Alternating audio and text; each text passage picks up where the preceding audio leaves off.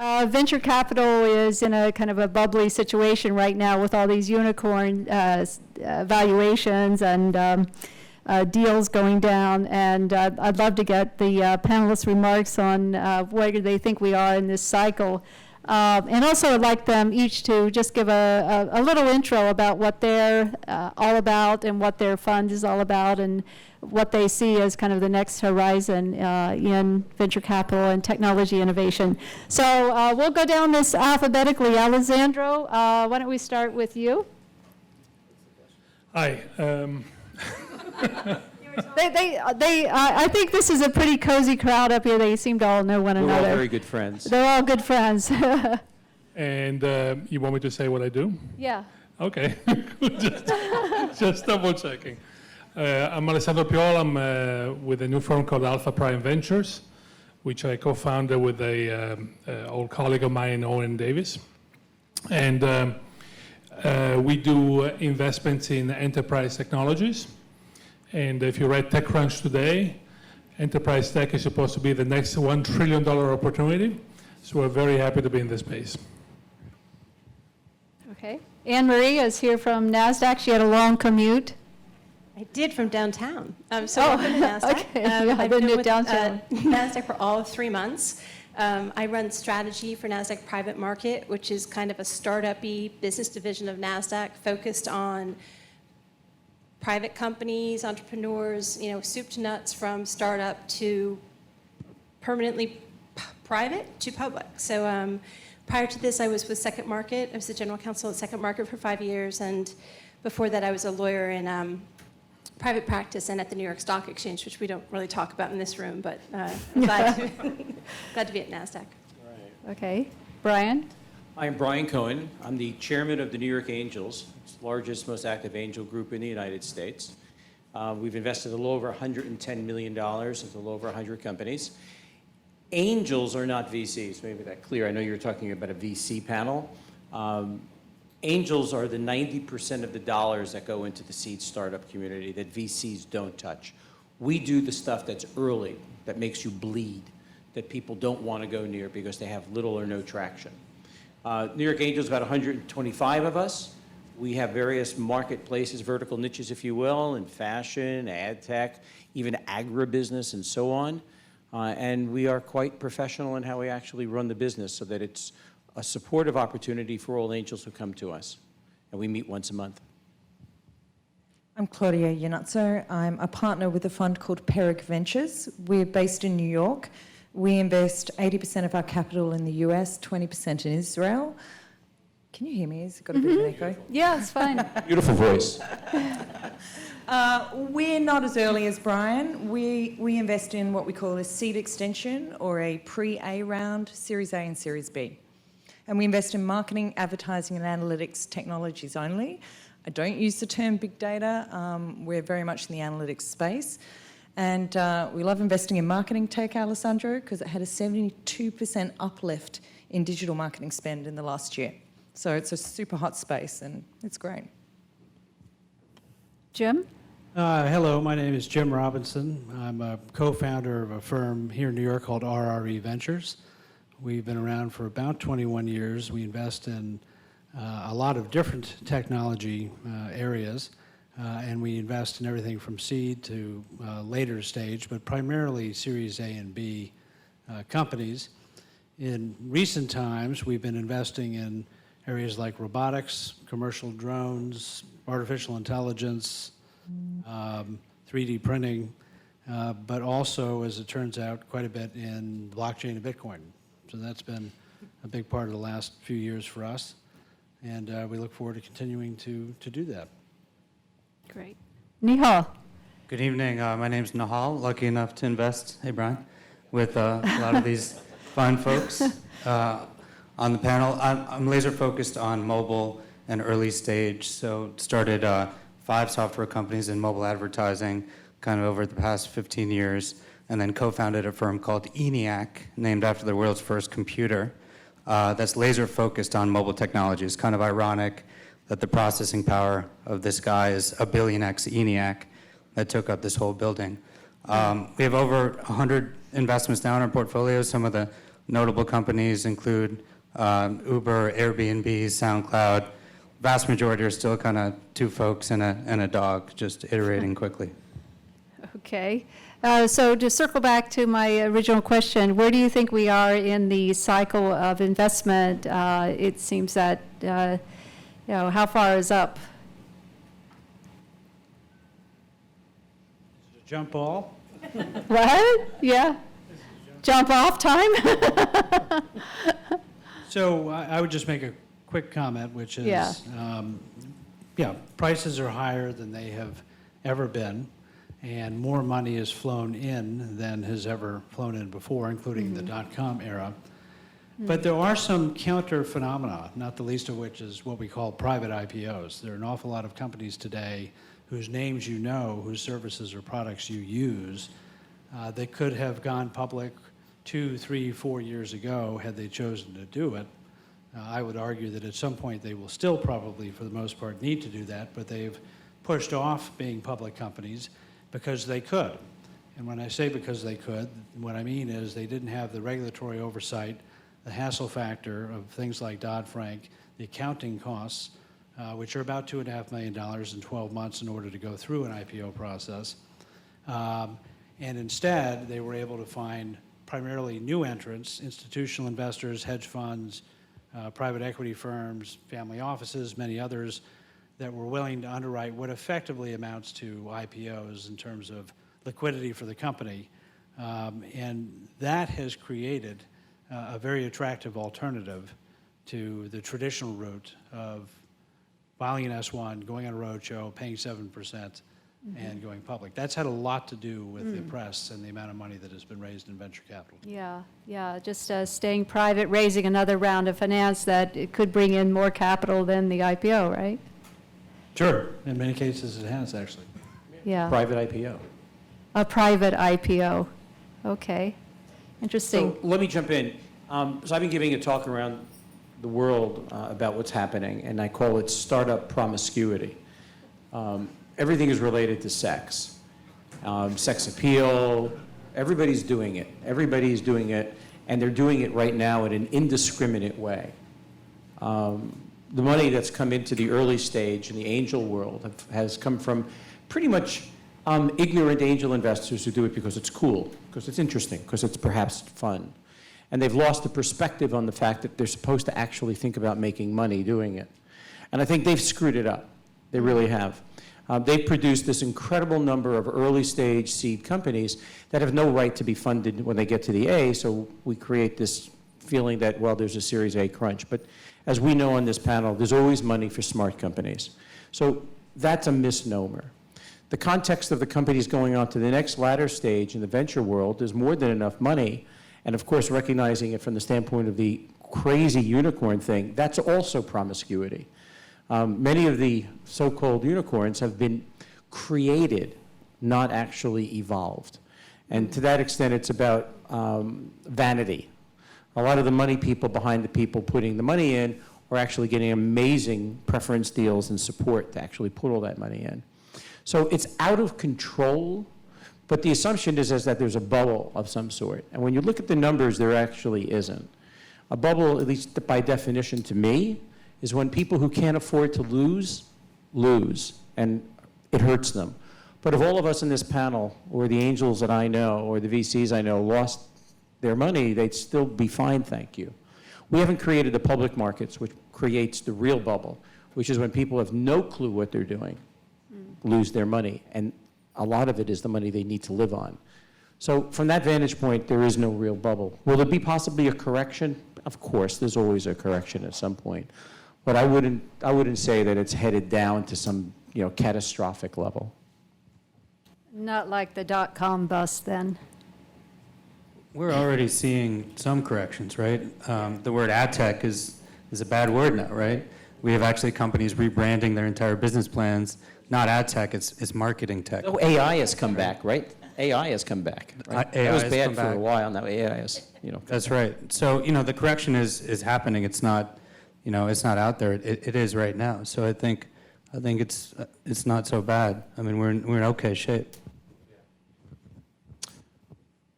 Also, just, I think Brian touched on it, but just to reiterate, some of the valuations we see in some of these private deals are not really what they seem, because whenever you invest in one of these companies, you have certain valuation, but you also have certain terms that go with it. And oftentimes, the deals you see being made at 15, 20, 30, $40 billion type of valuations really come with terms that protect the investor at that level. So these investors will probably not lose money because they have ways to protect themselves through a structured deal.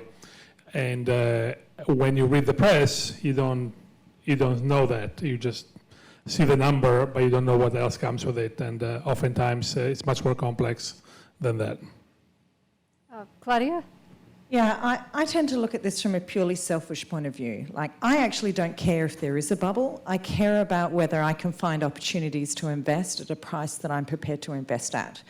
And we are not having any shortage of that. We did 2 investments this year already. We'll do another 3 or 4 by the end of the year for our fund. 5 or 6 investments a year is a really good pace.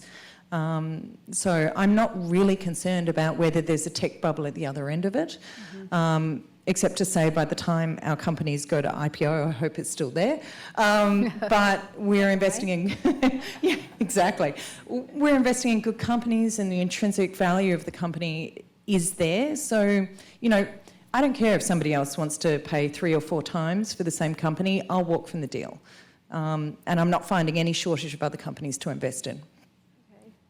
Annemarie, are IPOs dead? Oh, God, no. It's been very interesting. I've been in the private company space now for 5.5 years, and we did a lot of work around the part of the Jobs Act that increased the trigger for registration from 500 shareholders to 2,000. And if you see the market data out there, I think in 2012 there was 10 or 11 billion-dollar plus private companies. Now there's almost 100. So it's many, many reasons that companies are staying private longer, and I think it's a great opportunity to make a decision to go public when you want to go public, as opposed to when you had to go public before because you had a lot of employees or former employees or a lot of angel investors and not a lot of liquidity options. So what we're seeing now is a really robust pipeline for really significantly large private companies wanting to get liquidity for their shareholders in the private markets and getting ready to go public when they choose to. So I think absolutely not. There's a lot of really good reasons to go public, but again, companies get to choose when to do that now, which is great for the market, I think, at least. Okay. So you mentioned that we're already seeing some corrections. And so where would you say we are on the pendulum, Yeah, I think timeline-wise? it's interesting. Yeah. Putting my entrepreneur hat on, this is I feel like the greatest time in the history of the world to be an entrepreneur because there's access to all types of capital, right? When you're starting a company today, actually the last, I think, Section 4 of the Jobs Act just got passed last Friday, right? Which enables essentially any entrepreneur to crowdfund, to sell equity and crowdfund that, essentially, right? So all of a sudden now there's access to all of this capital. So it's a great time for an entrepreneur, which means innovation is going to come from everywhere, right? It doesn't mean all these companies are going to survive. Obviously, they're not. And I think that's where the Series A crunch maybe plays an even bigger role. A lot of these companies are not going to get to the A, but there's going to be hugely disruptive, companies being created over the next 4 or 5 years. In this space is a lot of where, Jim's investing, AI, drones, mobile. So it's very exciting. So that being said, I think we have a long way to go. Yeah, I have to say that from the standpoint of who starts out the funding, and he knows, it's angel investors. And from all of the research, somewhat anecdotal as well, from all of my travels, it's very clear to me that angel investors are slowing down. And if they slow down, they don't get to the A. And these are just individuals with rich enough, large enough, dollar amounts of income and assets that they're, quote, allowed in a non-democratic crowdfunding environment to fund these companies. And they're not making any money. So I don't know very many angel investors who have ever, and I've been doing angel investing since it was called stupid investing, and it hasn't changed that much. But I don't know very many angel investors who have ever made money, and I know almost everyone. So if they don't make money, and they're not doing it professionally, and I think that's a key point. This is the age of professional level angel investing, where the terms are smart, where the advisory support is there, where the leadership is clear and they have clarity about a purpose. I think angel investors hold the key now to raising the level of expectation from the entrepreneur about what they need to actually get funded properly, not fast. Like convertible notes are out. That has been the scourge of the startup world because they lack the kind of qualitative support that entrepreneurs need and that angel investors require for safety. But it's a good time, and I completely agree. There's no sky falling. Everything is more opportunistic than ever before. Are all of you slowing down your investment pace? Brian just No, said we're the speeding angels up. are. Yeah, the angel investors are. You're not, Claudia Jones? No, I mean, we've got hundreds of companies in our pipeline. We are investing as fast as we possibly can at the moment. There are just some phenomenal companies out there. Well, the stats show that the numbers are getting lower. Lesser companies, more money. That continues to happen. I mean, the stats are very clear about that. So more selectivity, you're seeing. We're more price sensitive probably than ever before. Uh-huh. I think we're seeing a lot of deals that are just crazy, stupid valuations and will pass. I mean, our secret number is kind of 6 or 7 million we're pre-Series A. But some of these A's, we're seeing paper gains. We'll invest in a company at 8 or 9 pre, and they'll do the A at 100 post, 6 months later. And that's crazy. And this has not happened once or twice, but multiple times in our latest portfolio. And we know, that's gonna crash. Are there some sectors that are really, that this is happening, that this is a real problem area? I mean, I think, all the hot sectors, mobile, marketplaces, Ad tech, ad tech probably not so much. Yeah, ad tech's kind of gone quiet. gone quiet. But there is another side to this discussion, which is we're all focused in discussing startup companies primarily within the technology world and all of the activities that are accruing, that are benefiting all of us. That said, we live in a much broader world, and it's important to recognize, and you asked about are we doing fewer? I would say that not a week goes by in our partners meetings we don't acknowledge the fact that we are 6 years into a very, very strong bull market. To put that in perspective, in the last 100 years, you've had 18 bull markets. 5 have lasted longer than 5 years, and 2 as long as we have. Now, that may or may not inform what happens next quarter, next month, or next year, but we will be impacted by that because the effect of that is money tightens. A lot of the entrants in our business that have driven particularly the upper end of those value points go away, and the IPO window stops. And when those things happen, the money comes out of the business and you have much higher failure rates. And this will happen. And so we will go through a natural cleansing. There's an ebb and flow to these. We overdo it, then we get corrected, then we overdo it, get corrected. I think we're actually entering that time. Okay, Not necessarily between now and the general election. I don't know. yeah. We're one exogenous event away from having it happen.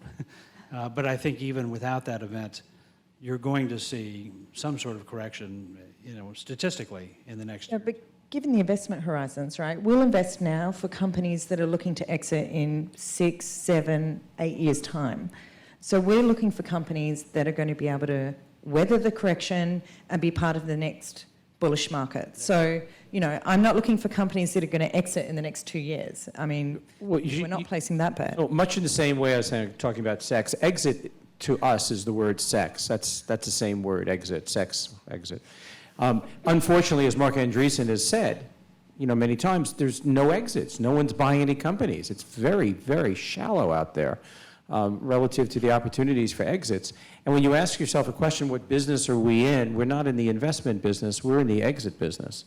If we had more exits, we'd be a lot happier, obviously, because our LPs, in their cases, in our cases, our own pocketbooks would be better off. But that's a real problem. No liquidity events. That's what we do for a living. And waiting 5 to 6 years or even longer, it's gotten longer with what you've described with the extended, private IPOs. That's a serious problem. Yeah. Not having liquidity, that's a real issue. Yeah. And that's one of the things that that's one of the products that we are offering to, medium and late stage startups is we have a private liquidity product where you want to sell. Really important. Yeah, you have a significant group of shareholders. Your employees are generally fully vested at 4, 5, 6, 7 years. You have retention issues with your tech people who can see that, if they go somewhere else and get another grant, maybe that company will go to a liquidity point before the one that they're working for does. And so we work with private companies and institutional buyers to actually facilitate private tender offers, where the company hires us and says, we want to do a private tender. They approve who can sell. Sometimes it's just employees. Maybe they can sell 10%. Sometimes it's angels and employees or whomever. And it's the way, I think it's the most significant increase in how shareholders in private companies are getting liquidity these days. It's a beautiful thing. It is. Yes, I agree. Thank you, Brian. That means a lot to me. It is. Thank you. Thank you. You're welcome. Yeah, we actually spoke about this in today's partner meeting. I think the early guys, like angels and seed investors, have an opportunity to liquidate at that private IPO, right? I think the Series A guys probably less so. It's probably a negative signal, especially if you A and pro rata, all the way up. Maybe there's an opportunity, but for us, Series C, D, E, we can potentially take money off the table. And I think we're going to see a lot more of that for that liquidity. So how much do you think returns are going to be impacted? Well, it depends on where you get in, right? As Nihal was just saying, if you're an early stage investor, you have an opportunity to sell with liquidity through a private instrument. You might be doing perfectly fine, while later stage VCs may not be doing fine. So it's hard to tell. The ultimate liquidity event is an M&A transaction or an IPO. And typically, if you look back 15 years, people were dependent on that for something to happen. Today, it's a little bit less so because of these opportunities that exist in the private markets. So I think we'll see different types of investors return differently depending on what stage they invest in. Right. If you're just turning the tables a little bit, if you're an entrepreneur, should you be raising as much capital as you can right now so you can weather the storm, or is that a no-no? What should you be doing in this kind of environment if you're a tech entrepreneur? I think you should always try to raise as much money as you can, but the problem is that people are not disciplined enough not to spend it. So if you can raise as much money as you can and not spend it, that will be the best situation. Unfortunately, that seldom happens, and people have a tendency to raise money and then build up accordingly when you should really be much more careful than that. We tell entrepreneurs, and I remember very fondly when I was one, you want to raise when you can, right? I don't know if probably most of you have seen the show Silicon Valley on HBO. It's hilarious, but there are some very acute lessons that are disseminated through this show. And in one episode, they actually advise the protagonist not to raise at a really high valuation, right? And he actually takes that advice. And we see that literally gone wrong all the time, where entrepreneurs will raise a lot of money at a super high valuation. They cannot grow into those shoes, inevitably, right? And so those companies fail and go sideways or have a down round, and that's, essentially the end. Versus, raise a bunch, we like companies to raise 18 months of capital at a very reasonable valuation, right? Of course, now I'm putting my investor hat on at a very low valuation so we can get a lot of, equity, but it's something reasonable so that they can very easily grow into that 18 months from then, or even 12 months from then, they can raise the next round at a step up. Yeah, I want to dispel a myth. His organization is one of the finest. So if he's looking at a valuation, it's the right valuation, not the lowest, right? This is an amazing panel, actually, of the highest level of integrity of VCs and people that I pretty much know in the business. So He's joking. no, it's really true. It's really true. Get more handsome by the day. Really, really true. No, I'm really. And I put this panel together, by the way. Best looking panel. I'm a behavioralist, right? So there's always this sense of friction and antagonism between what we want to buy and what you want to sell. And I think the marketplace finds a balance between the two and all the added value that organizations like yours and others here provide. It will happen that people who have these ridiculous valuations actually get smarter about the fact, and you pointed this out, that they're not raising money in one point in time. It's an ongoing journey of raising money. And I think once entrepreneurs learn, right, how many of you are entrepreneurs here, right? And you're all smart about raising money, right? You know not to raise more than you should, and you know not to raise too high a valuation because it's going to come back to haunt you. Well, that learning, no, they don't? They do? They do? Oh, he's laughing.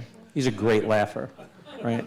But I think there's a level of professionalism that's evolving in the marketplace because the entrepreneurs all talk to each other now more than they ever have. And we we all support one another. We do deals together. And We all talk, by the way. We all so- talk. That's right. And so there's a real camaraderie now that's evolving between the entrepreneur and the money side. And it's a really good, fair one. I just want to point out, particularly, ENIAC is amazing.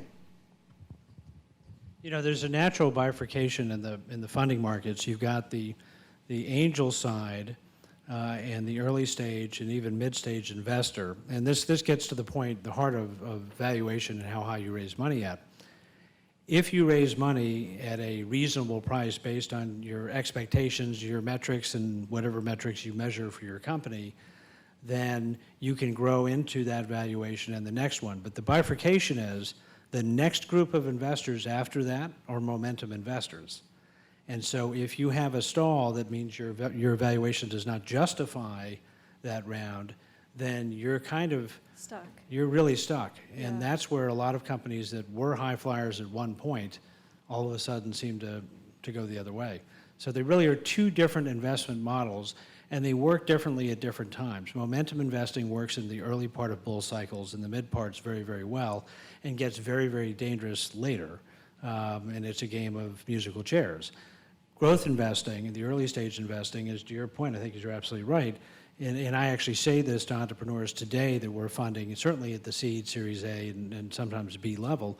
You're not playing for this market cycle. This IPO window that we see right now, 16 coming this week, et cetera, you're not playing for that. You're playing for half a decade from now, and that window, hopefully. Mm-hmm. So it's a pretty long horizon then. And can I say, Yeah. that's a lot longer than most of the guys I've dated. So please, when you raise money, make sure you like the person you're taking the money from, because you're getting married. I mean, I actually have cousins who've been married shorter periods than 5 years. So you can't divorce your investor unless they want to let you out of the relationship. So be very, very careful when you do take that money. Okay. All right. And where do you see the opportunities for the future in technology? I think artificial intelligence was mentioned. Big data is sort of, I don't know, is that boring now? What's out there that's exciting? Well, to us, the exciting piece is that a lot of the innovation that's been built for consumers in the past decade is going to move towards the enterprise. So we'll see a wave of opportunity focused on enterprise, which really has to do with some of the things we talked about. It's a lot of these opportunities are data-driven, so we don't even talk about that anymore because to us everything includes data. Everything to us includes some mobile component, whether it's mobile first or mobile enabled. So I think we'll see. I think we'll see in terms of data. I think we'll see people moving towards real-time data and trying to get data in real time to be able to make decisions in real time.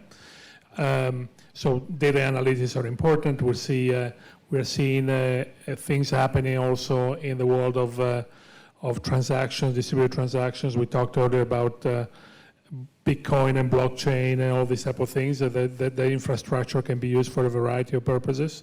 And we think that's a very promising area.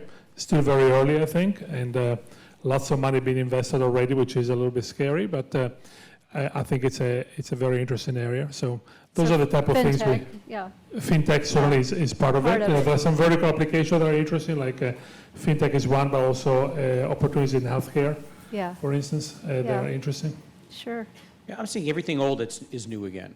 So I'm seeing a refresh on a lot of old existing industries, some content businesses we're talking to, or new plays on it. Authoria, that we just invested in, a great collaborative platform for scientists to write together for the world of open science so that better ideas can be translated and communicated. But that's a collaborative writing platform, right? Who would ever thought? You know, I always talk about men's underwear as an opportunity because men need better underwear. And that was one of the best investments we've ever made. It's really important, right? Yes, in And his it's book. true. He wrote Yeah, about it in really his important. book. Yep. So, I mean, we tend to sort of say, well, it's sensors or it's Internet of Everything or Yeah. whatever, the du jour, Yeah. product, market, data, enterprise. Sure. Nobody in the panel actually knows. We all try and say we do, but I've never met anybody who could actually pick any one sector better than any others. But yeah. it does turn out that, it's easy, cheap, in fact, it's getting close to that of an unemployed person to start a company these days. But it costs a lot to get it going.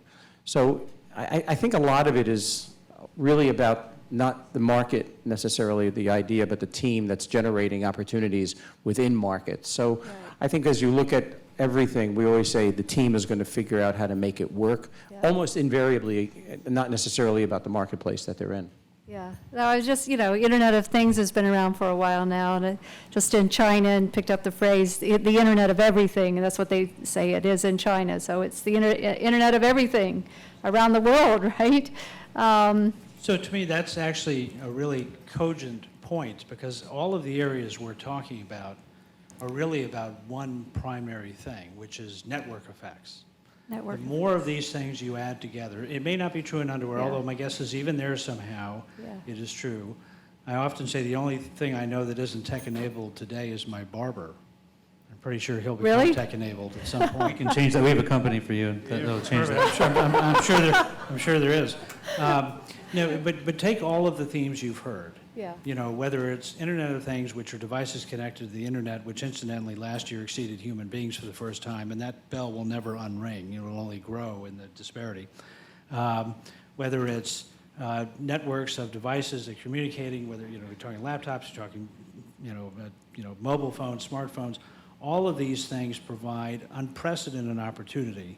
When you think of the companies that have gone gold or platinum, none of them make any sense in a non-network world. You have no Airbnb, you have no Uber, you have no Google, you have no, just go down the list. You have no eBay, you have no PayPal, you have no Amazon. Yeah. So all of these are derivative of one fundamental thing, which is we figured out 25, 30 years ago how to make a computer, and then about 5 years later we figured out how to network them. And now we've gotten really good at networking them, and that's where all of these opportunities come from.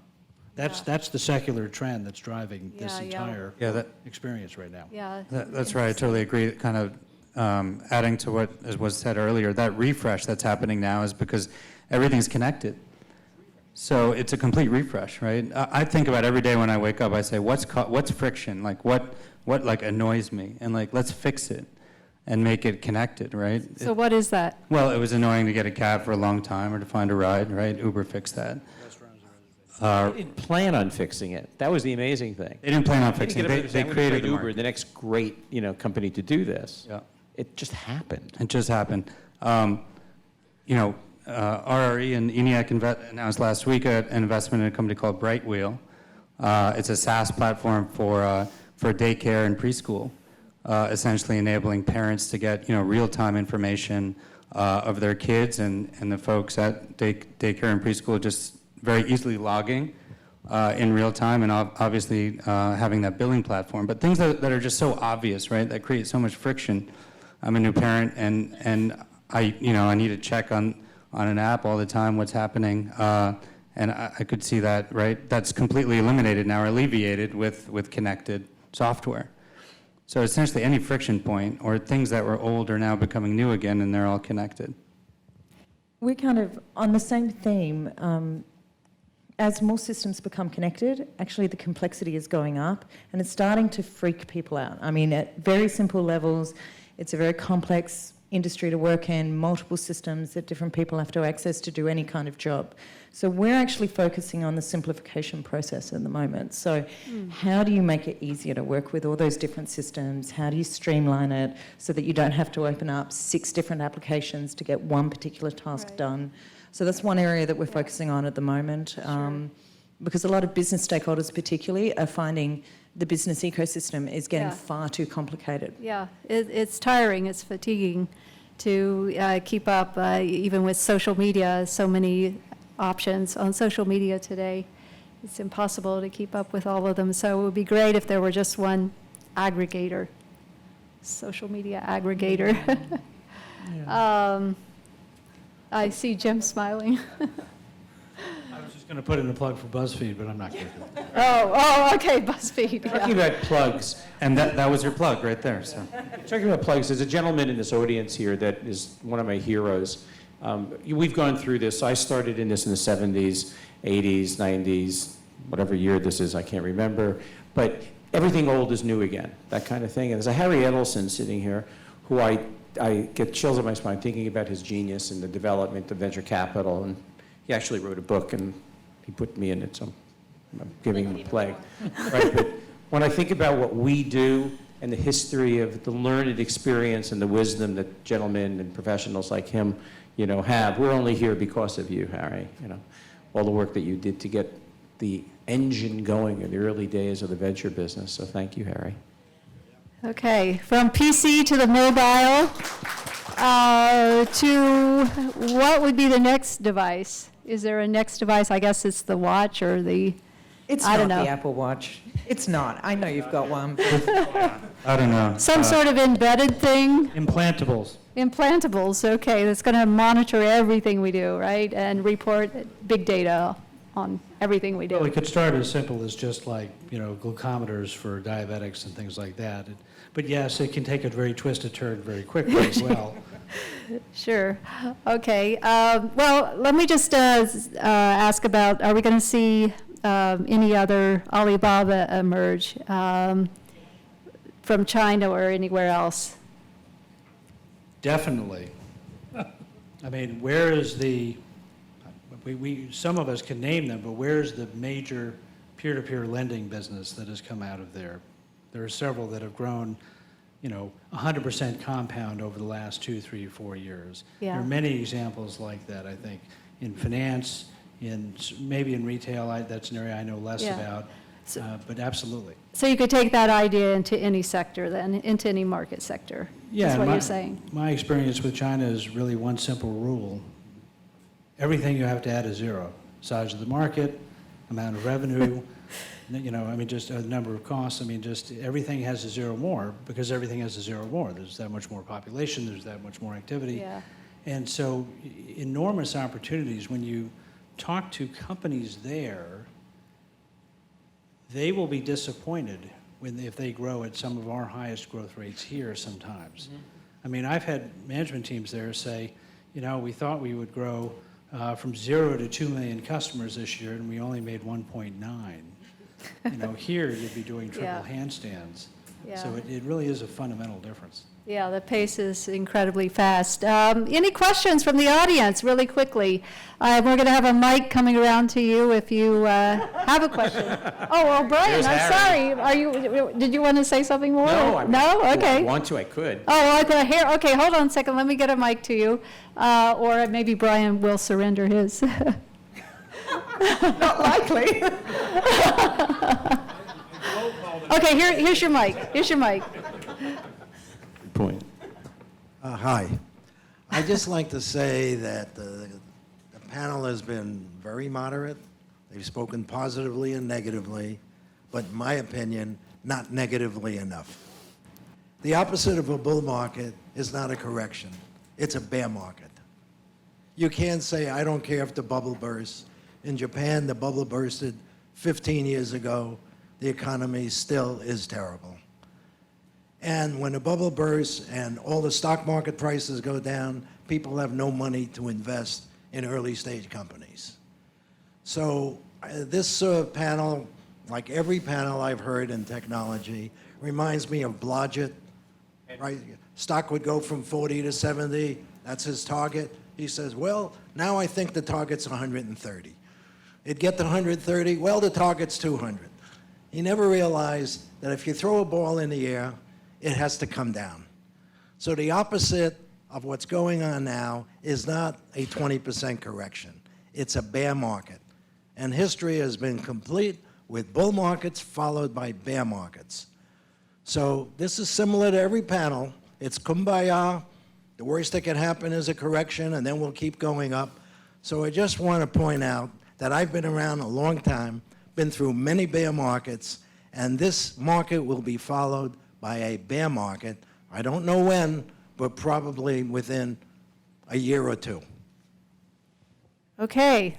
Whoa.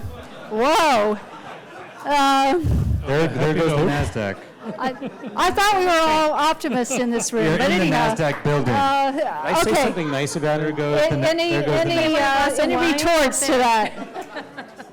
Sell. So, okay, how about a question? How about a question from the audience?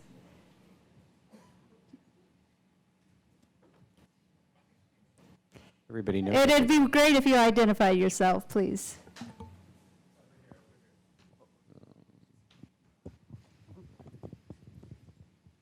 Hi, Peter Reisman from Seabridge Capital. I was wondering, I mean, we're talking Silicon Dragon, and clearly the dragon, I think, has somewhat been a little missing, I think, in the conversation.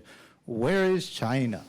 At the end of the day, yes, you do have Alibaba. You have, certainly I've seen a huge number, fair number, let's just say, of investments from China into Silicon Valley, into other startups here into the United States. And actually, I just came back from 2 trips to Israel. There's enormous activity going on there with Chinese companies acquiring Israeli startups. And certainly the mood in Israel is that that's going to ramp up very quickly and very fast. So I'm just wondering on this panel, sort of the exposure and experience with China and where you expect it to be in the coming years. Okay. I'll take it. So with China, as opposed to Israel, in Israel, the entrepreneurs actually invest for a non-Israeli market. So they have a very different outlook, especially in my space, in marketing tech. They're looking to come to the US. China's very, very different. The entrepreneurs that we're seeing now in China are Chinese born and raised. They're not educated in the US as the last generation of entrepreneurs were. And they are innovating for the Chinese market. So, you know, I hear what you're saying about coming to Israel and acquiring, but the focus and the lens of the entrepreneurs that I'm seeing now come out of the Asian market, they are focused on their own local market. And I think it's the right place for them to be focusing. And I think they are the only people who are going to be able to conquer their own market. I think what we saw with a lot of US companies trying to enter the Chinese market, they don't understand the culture, the regulatory regime is stacked against them. I think the entire ecosystem is set up for Chinese entrepreneurs to be the most successful people in their own backyards. So that's my first observation, is that the entrepreneurs now are Chinese and Chinese raised and focusing on their own market, not on the US market. The second thing I will say is that for the companies that are coming to the US and looking for institutional investment, they are typically, from what I'm seeing, and I open it up to other people, they're a lot further on than companies that I see coming out of Israel and the US. So they've got more revenues, they're often profitable, they've got larger scale, which is interesting. I mean, it presents interesting opportunities if you invest in the sector. But we see them having a lot more traction going for their first institutional round than US companies particularly. And we're also seeing a lot of the major Chinese companies buying US tech startups. That's a major trend now. Alibaba, Tencent, Foshan, many others, Renren. They're all buying up US tech startups, partly for knowledge and strategic interest. And also these American companies benefit because they get the knowledge of the Chinese buyer, which are these major tech titans of China. So that's, I think, a trend to watch. And I agree with you about the localized trend. In the beginning, it was mostly about the copycats and the returnees, and then became much more the local story. But increasingly, too, I think that's moving as Chinese companies figuring out how to go global. And they have more and more aspirations outside their own home market today. So any other question? Yes, Christine? Christine Liu here in the front. Sorry, it's not a question. It's to plug next month. You led right into it. Oh, yes, I did. So our Silicon Dragon event that we're doing in Los Angeles next month is going to touch upon the China going global trend. So even though what we're seeing is, even though Chinese companies are innovating for China, the U.S. has all of a sudden, and I have examples of actual founders who are Chinese who are doing this, the U.S. has become like a prototype lab to brand their startups for position in China. I know a kid, and literally a kid, who put $10 million into a health food products company that he's incubating here in the U.S. to make it look as American as possible, but it's really for the Chinese market. So that's going to be a very fascinating dynamic, and I don't see it so much here, but you really see it in Los Angeles, San Gabriel Valley. That whole market that's outbound Chinese trend, and so I'm super excited for next month if anyone wants to come to LA. Good, yes. LA, July 29 and 30 in Pasadena. So please mark your calendar. Please book a flight to LA. Okay, any other final remarks? Yes. You spoke about how entrepreneurs should be careful about raising money. When a company doesn't necessarily need just money injection, but synergy with other companies. For example, in our case, we have an extensive development. Do you provide also synergy with companies that you are familiar with or you invested with, so that eventually is not the money, but is the combined opportunity, something that can come out of your relationships? Okay. Was the question strategics or in taking investment from professional investors for guidance and that kind of thing, or both? I wasn't sure. Strategics. So, I mean, I have a series of views on this, and I've seen it many times go well and many times not go well. My experience is people focus on the strategic and the synergies they can get, the introductions and so forth, and that is terrific. And that's what you want. It's the reason to do the deal. What a lot of startups think are the downsides are, okay, well, let's not do exclusive. We don't want to get locked up. Maybe we worry about, are there a universe of customers we may have other had or partners that we can't have. Those are the things that get discussed, and those are all true. But I think there's a more incipient problem, which is I've seen time and time again companies almost at an unconscious level want to please their early strategics, and so their dev cycle, their dev plan, what they plan to build, how they think about problem solving, again, it's almost unconscious. It's, we've got to keep them happy, and so we do that. And it's that subtle issue that, to me, is the riskiest. You can get beyond most of those other tactical issues, which everybody will tell you when you talk to them. So I'm for it, usually a little later and not too early, because it can really change, just the power of observation changes the outcome. But you need to be very careful about it when you do it, because it can have a major impact on trajectory. A tiny course correction here, changes your trajectory. So. Okay. Okay, Ting? Thank you very much, Rebecca, and all the panels. I think it's really prime, time for us to learn and to share. So I just want to add one comment, follow you guys. So it's a question or a statement. So we prefer a question. Okay. Actually, particularly since it's the last question. Yeah, would it be a formula, be impacted just similar like a real estate market? Basically the flood of the money overseas from China is what we call outbound. So 10 years ago, I had Jiangsu government sign a contract with me in Italy. 3%, like if I bring, investment, that's like a bringing investment to So China. your question is right about now. what's happening in the real estate Yeah. market with the Chinese inbound? No, it's Okay. like a real estate, like a formula is totally messed up. I Yeah. think when you do the evaluation of the companies, basically, we're talking about Singapore, Canada, or U.S. The real estate market is really, when you evaluation is totally not working anymore. But similar like when the money outflow, including also insurance company, will just mention buying tax, not only corporations. So you guys like evaluation by this money flood in the next 5 years, let's say, high tech, particularly Chinese government like high tech. On June 7th, Question, Okay. please. So is Okay, is let's the get it, question let's get a the que- response. the Chinese question- money okay. will cause more upward valuations? Yes. And what do we think yeah, about that? I would just, curious to see this because now it's only even government come to Okay. to here to find it, So, I mean, I'll open it up to Alessandro, for example, but I am not being crowded out from deals because of Chinese money.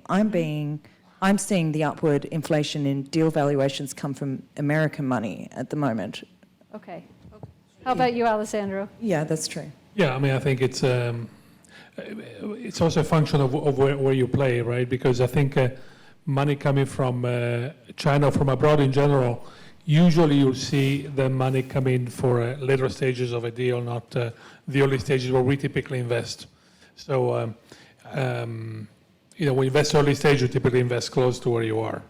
And foreign money usually comes in later, if it comes. Well, thank you very much for staying with us for this evening. For Silicon Valley,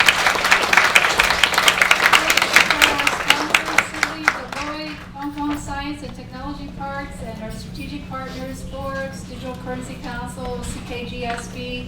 We couldn't do it without you. So please, I hope you'll be back. And our next event is going to be in Los Angeles, as Christine mentioned. July 29, 30, and then we complete the cycle with Shanghai, Silicon Valley, and Hong Kong later this year. So I hope you'll join us on the global tour. Thanks again.